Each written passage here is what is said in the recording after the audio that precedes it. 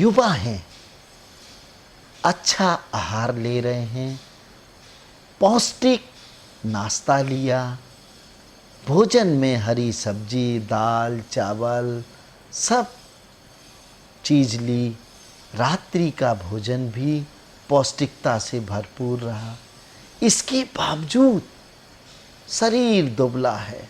ऐसा लगता है कि आपको महीनों से खाना नहीं मिला है, शरीर जर्जर होता जा रहा है और आप अपनी उम्र से ज़्यादा उम्र के दिखाई देने लगे।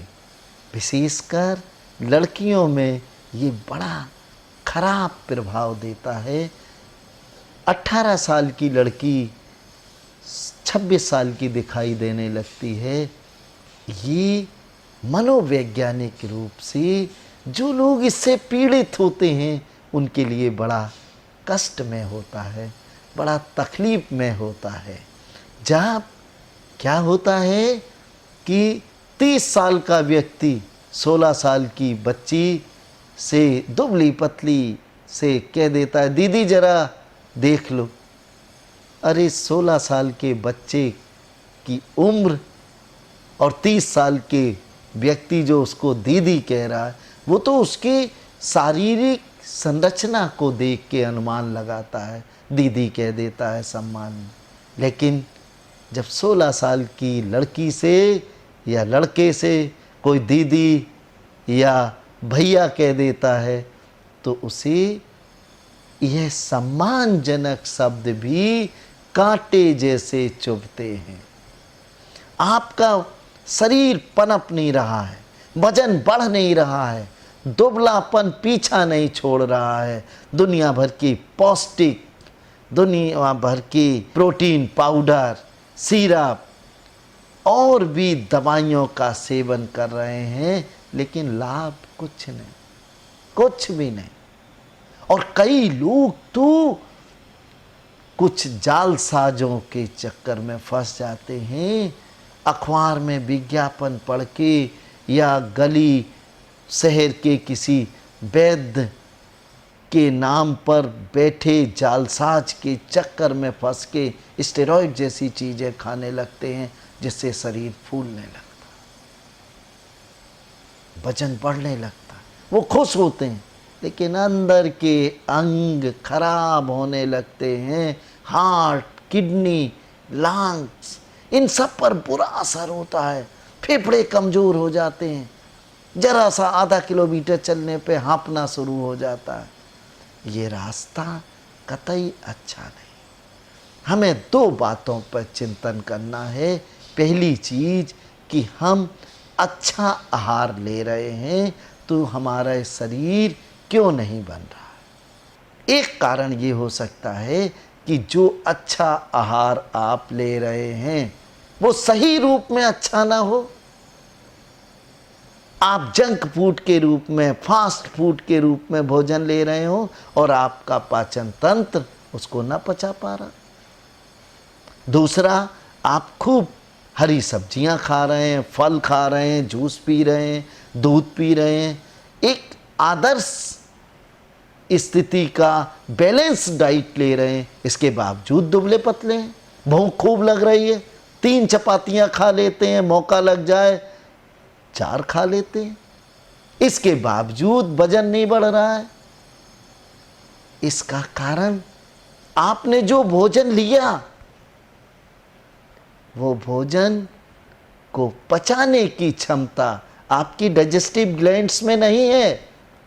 जैसा आपने खाया वैसा ही वो भोजन अपचित रूप में पेट से निकल के रेक्टम में पहुंच गया और प्रातः मल के रूप में बाहर निकल गया। जो भोजन की पौष्टिकता थी, जो पौष्टिक तत्व थे, विटामिन्स थे, मिनरल्स थे, जो प्रोटीन था, जो फैट था, ये सब पचा ही नहीं तो शरीर को मिला ही नहीं और शरीर दुबला का दुबला रह गया। एक कारण और है कि हम अनावश्यक चिंतन करें। हम भविष्य की तरफ 10 मिनट बैठ गए तो भविष्य की कल्पनाओं में जी रहे हैं।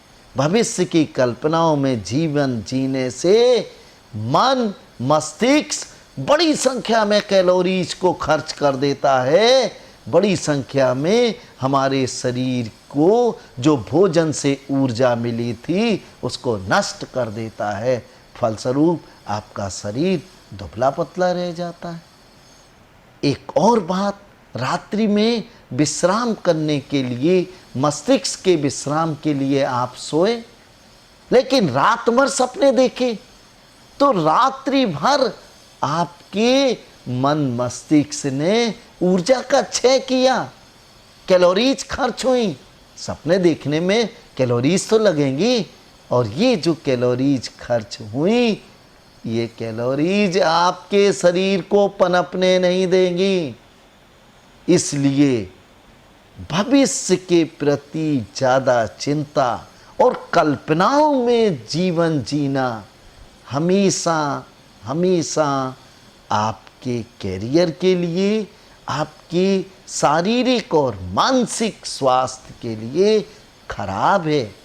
आप अच्छा पौष्टिक आहार लेते हुए भी सेहत से हमेशा कमज़ोर दिखेंगे। इसलिए जिन्हें सेहत बनानी है, सबसे पहले चिकित्सक के पास, वैद्य के पास जाने से पहले आत्मचिंतन करें, खुद विचार करें कि क्या ऐसी कमी हो सकती है, क्या ऐसी भूल हो सकती है, क्या ऐसा हम सुधार करें कि हमारी सेहत अच्छी हो जाए।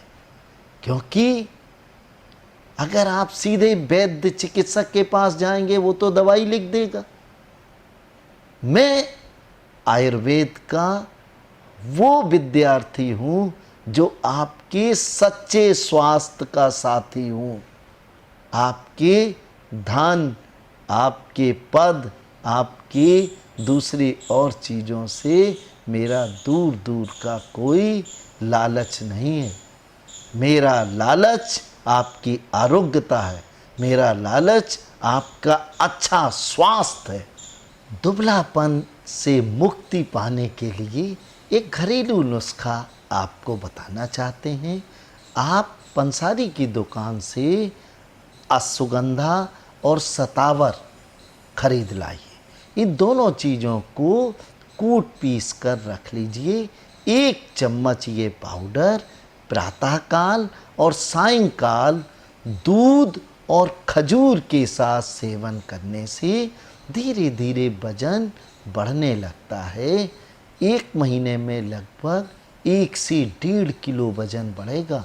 ये स्टेरॉइड की तरह शरीर को फुलाएगा नहीं, लेकिन 6 महीने में 10 किलो वजन बढ़ जाएगा।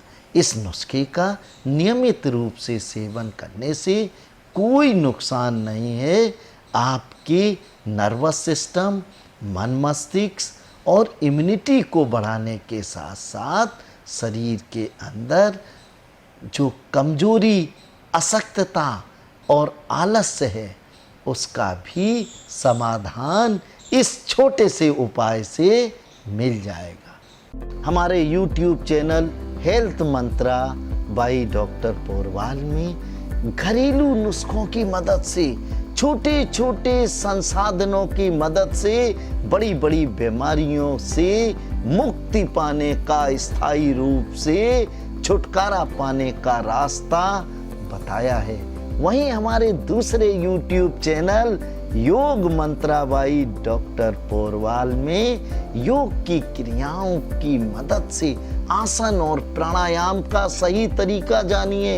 यही नहीं, किस बीमारी में कौन सा आसन लाभकारी, किस बीमारी में कौन सा प्राणायाम करें, ये सब जानकारी इस चैनल में है। हमारा लक्ष्य सेवा है। हमारा लक्ष्य आपके दुख, तकलीफ और रोगों से निवृत्ति दिला के आपके जीवन में आनंद और खुशियां लाना है।